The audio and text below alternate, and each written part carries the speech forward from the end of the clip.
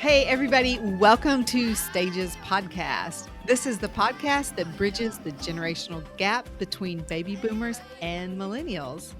I, Mary, am a baby boomer. And I, Lorena, am a millennial. And so is our producer, Zach, as you'll see, because we've upgraded the Stages podcast to also be a video experience. That's right. Hey, so y'all. Here we are in this multimedia universe, putting our podcast episodes on YouTube. That's right. And so I'm here as the producer. I'm super excited. I'm one of the three heads. So if you're just listening to the audio, now you know that you got to go to our YouTube channel, check it out because our faces are available for you. You can see what we look like. And now we have to wear real clothes and makeup, I guess. I don't know. Is there judgment during this time or no? Who knows? No, there's no judgment. And all of our listeners are non-judgmental people, too. That's right. All of our listeners are the anti-internet trolls, right? Right, guys? Right. That's right. And there should be no judgment for wearing or not wearing makeup anyway. Yeah, true. Real talk. But True. you know, real talk. This is appropriate because the least judgmental creatures in the whole world are pets. And that's our episode today, the power of pets. Right on. I mean, and we've got so much to say about the power of pets, right? What's not to say, honestly? Only good things. Constantly. Pets are the best. They are the best. I have 2 dogs and 1 cat. I would probably have more, but you've got to have a limit. Yes. Got to call it somewhere. Got to call it. And Lorena, you have 1 dog, right? I have 1 dog. I had a cat, but she was taken by an owl. Which actually, this is ironic that we're recording this week, because just last week I started working on a song that I wrote about my cat called My Spiritual Space Cat. I started co-writing with somebody, like a producer, on it. It's actually happening. And I was like, wow, never thought this song was going to become anything. But that's the power of pets. 2 years later, I'm writing a song about my space cat that I feel spiritually connected to continuously. Oh, that's beautiful. I can't wait to hear that. Oh my gosh. Thank you. No, that sounds like your award-winning piece right there. Yeah. My spiritual space cat. Is that the way it goes? That's a teaser. Yeah. You guys heard it live here. We have the teaser. But all right. Power of pets, they are the best. They make life worth living. They love unconditionally. They believe in you. They support you. And they also, for me, it's something that I can support and love and give to that loves receiving it. You know? 24/7, right? Yeah. I mean, those pets, they are so happy to see you every time, you walk through the door. And come on, Lorena, come on, Zach. We know every time a person walks through the door, you may not be so happy to see them. But when you walk through the door, your pets are always happy to see you. So true. So when was your first pets, dog or cats? My first pet was a dog, and his name was Max. Ooh. And he was a border collie, and I was about 6 years old. Wow. I think my mom's first dog was a border collie. Oh, I think they were really popular back then. Yeah. Back in the baby boomer day. What's the movie with the famous border collie? Lassie. Yes. Right? Yeah. I was going to say Old Yeller, and I was like, no, because yellow. Yeah, No. I think Old Lassie. That's it. Yeah. I bet you and Zach have never seen Lassie. Oh, I've seen Lassie. Oh, really? Have you seen Lassie, Zach? I don't know. Maybe. I mean, that seems like one of those things everybody watches as a kid, but can't say for sure. Yeah. It's like one of the VHSs at my grandparents. It was Yeah, like, exactly. all right, we have a lot of options. Guess we'll watch this. Oh my gosh. VHS. Yeah. Whoa. Like I feel like whether I've seen it or not, I feel like I could guess the plot pretty accurately if I were to try right now. Yeah, try. I can't really remember, so Mary, you'll have to tell us. It's been a long time. Wait, can I look it up and you guess, Zach?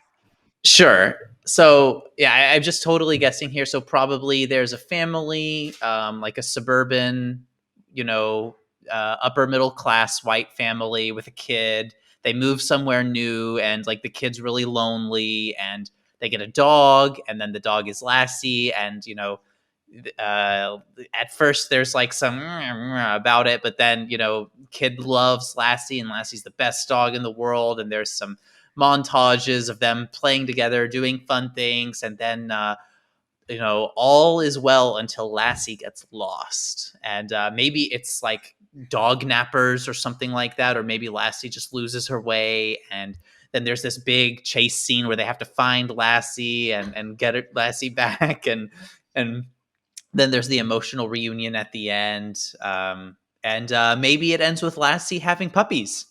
Oh, That's wow. Yeah, yeah, that's what happened with Air Bud, with all the paw movies. right, Puppy right. paws. Okay, wait. I looked up. I had to find a better plot. This is from Wikipedia. Okay. The Turner family. You're pretty accurate, and I'm like, are you sure? Turner family sounds okay. I'll take that as a win right there. The Turner family moves from Baltimore, Maryland to the small town of Franklin Falls in Virginia, hoping to start a new life. The move creates problems for everyone, especially 13-year-old Matt, who feels lost and alone in his new surroundings and still has not come to terms with his father Steve's remarriage to Laura after his mother's death. Okay, I didn't get that. Yeah, you missed that small detail, which is obvious to the plot. So, but with the help of a stray collie dog named Lassie, the family takes in, Matt learns to adjust his surroundings and his family's situation. After the dog saves Matt's life from an aggressive gray wolf one night, the two form a bond. Okay, it's kind of long. Let me just skim. But I'm pretty accurate. Yeah, yeah. I just want to know Wow. though if you were right about like Lassie getting kidnapped, if it takes the Dalmatian angle or not. Yeah. Yeah, I said either lost or kidnapped. Should I commit to one of those guesses? Eventually, Sam, with the help of his sons and henchmen, steal the Turners' new herd of sheep and kidnaps Lassie. No. Because they started a sheep farm. However, she manages to escape, and she and Matt get their sheep back. And then there's some other Wow. things, but yeah, basically you nailed it. And when are you going to direct and produce your own dog movie, Zach? That's what I want to know. That's impressive. Yeah. I'm going to rewrite the formula. Like, you've definitely been writing 28 plays a day. In a month. Or a day. It gets those creative juices flowing when you are writing a play a day for 28 days. For real. Uh-huh. Oh my Yeah. gosh. That was not bad. But getting back more on topic, I mean, so since we've moved to DC, I have missed pets so much. Coco and Mally and Apple, the three pets that my mom has. Oh my goodness. Like here in the city, tons of people have dogs, and like we haven't made any friends yet, like really, because of the quarantine and everything. But every single day I'm like, we need to like volunteer to be dog sitters or make friends with dogs or something, because I need some puppy love in my life. Yeah. Yeah, It's for such real. a special thing. The emotional support. Mm-hmm. Totally, so much. And I think one of the questions that we were going to talk about, Lorena, was how did you feel about having a pet as a child versus now? Yes. That's a great question. For me, I think because I had so many siblings, like a pet was just kind of like a extra thing. So there wasn't really like a bonding, but it was a really cool thing to have. Mhm. But now that it's just kind of me and of course my husband Norm, I'm so bonded to the pets. They're more of center of my life than when I grew up. Mhm. But on the flip side of that, Norm he was the only child, and he had a dog, and he was real bonded to his dog, Corky. So that might play into it. Yeah. It is interesting you saying that because I do like, we had a few different pets growing up, and like our first dog was a wiener dog that just like was found stray at my aunt and uncle's ranch. So like we took him because he was like scared of everything outside. So they were like, "That's great. You can just be a fat wiener dog at our house." And like I loved that dog so much, but he was like the easiest and best dog because my parents don't really like the maintenance of pets, and he was great because he never went anywhere. Like you literally couldn't force him to go on a walk. He would not. He was just scared of the world. But he was like so happy. But then we had a cat that I loved like so deeply. Her name was Sheba. One of my sister's classmates when she was in the 4th grade just like brought a litter of kittens to the school, and my sister like brought it home basically. But I got so close to the cat, loved the cat. She was primarily an outdoor cat, and then one winter is really cold, and I'm like, "Please, Mom, please, please, please, can we bring her inside?" And so we bring Sheba inside, and she started to pee on my stuff. Like Oh, she would get in this routine of we would let her in, and then she would go straight to my bed and literally like pee a square on my comforter on the perimeter what? of my bed. And I was like, "No, my gosh." But I still loved her. I was just like, "Oh, she doesn't understand, blah, blah, blah." This happened like 4 or 5 times. And then finally my mom's like, "That cat, she's an outdoor cat. Like, we'll just build her a little igloo thing to stay warm in when it's cold because can't fly." Then years go by and it's really cold one night, and I'm like, "Please, please, please, can we let Chiba in, please?" And have I told you all this story before? Or I've no? No. never heard I'm this like, have I already said this on the podcast? I don't the know. square peeing Sheba cat before. But so we let her in, and I'm like, "Mom, I'll hold her the whole time. That way she can't go pee on anything. Because, cat pee is just the ultimate worst. Oh, the And worst. can't get it out of anything." So I fall asleep on the couch. And I remember because I was wearing killer high school sweatpants. And I fall asleep on the couch, like with my legs in front of me on an ottoman crisscrossed. And Sheba was like in my lap. The next morning, I slept like that the whole night, I guess. I fell asleep watching a movie. And when I woke up, I was like, "Oh no, where's Sheba? It's the morning." And then my mom's like, "Don't worry. I let her out, before, like, because you fell asleep." I go to pee that morning, and I'm like sitting peeing. And I'm like, "My pee smells like cat pee. Like, what the heck? I can't believe that. It smells like, what is going on?" And I'm like, so I get up and I'm like washing my hands. I'm like, "No, I can still smell it. That cannot be my pee." And I'm sniffing around, I'm sniffing all around. And then I realize there's a dried yellow stain all over my pants. This cat peed on me. And it was like wet and dried. I must have been really tired. And after that, I was like, "I hate cats. Sheba, you wronged me. Like, I love you so much, and you did this to me." I was just like, no, cats. I'm over it. Until then, when I was an adult in New York, and then this like kitten cowboy just came into my life and changed everything. But she was like a dog in a cat's body, so that's like different, Oh my god. But I know, I feel like as a kid, it's like so complex. Like I loved our pets, but sometimes I hated them if it was like a chore. And then like when she peed on me, I felt my heart physically break. And I was like, "I swearing off loving all creatures. They're just gonna wrong you." But then as an adult, like, no, it's like the most fulfilling thing ever. I wouldn't change it for the world. Sorry, that was a long-winded story, but That is a great story, and I'm really still impressed that the cat could pee in a square. it's like crazy. Yeah. Cats are crazy. Like Sheba was marking her territory. I Yeah. mean, that's crazy. I would be like so upset. My mom's like, "She just loves you that much." And I'm like a psycho, like swim fan.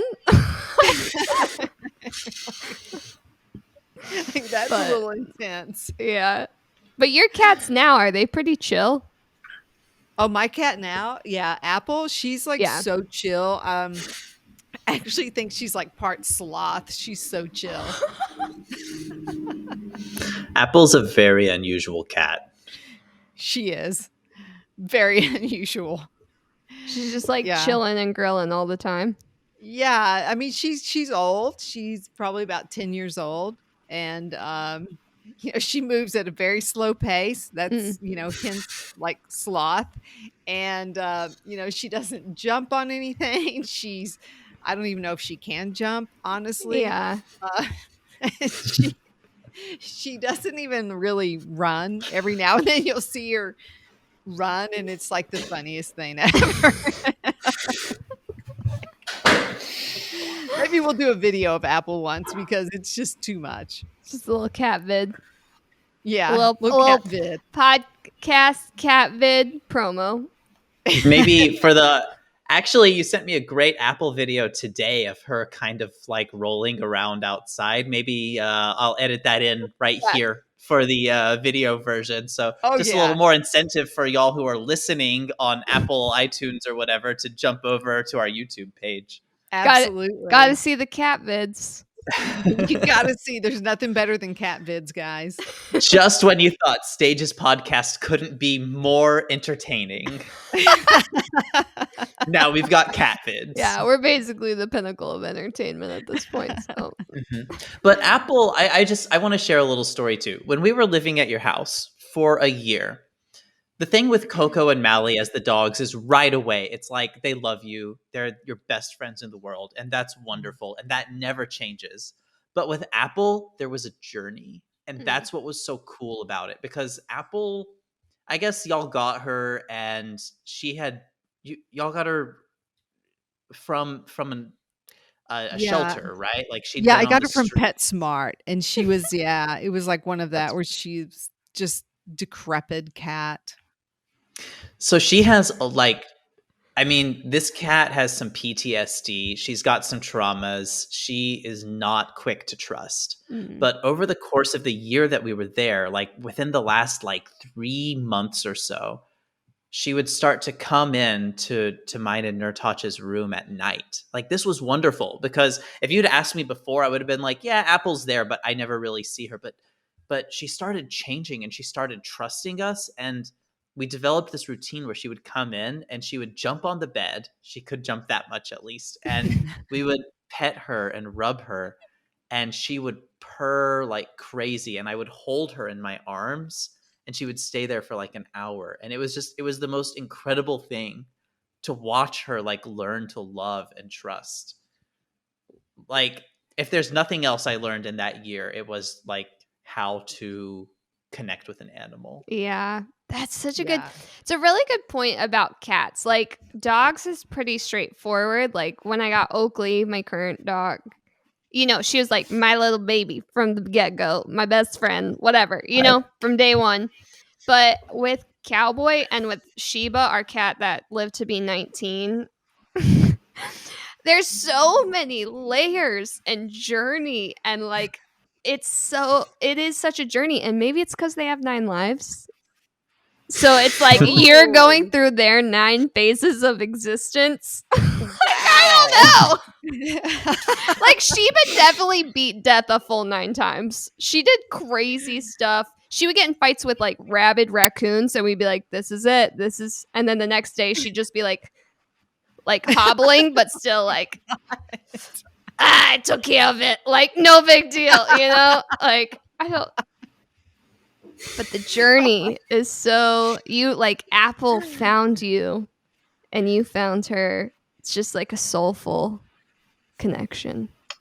That's a great way to describe it. Like it Mhm. really was. It wasn't just like connecting with a creature. It was like connecting with her soul. Mhm. Like it's wonderful. Yeah, and that was really good because whenever Apple would come to me, the 2 dogs would jump up and she would just go, she would leave. They're so And so jealous. Yeah. Apple, like, So I was so jealous. happy for Apple because she could actually go somewhere and somebody could give Mhm. her love, which she needed. So Aww. it was pretty cool. Man. So quick question.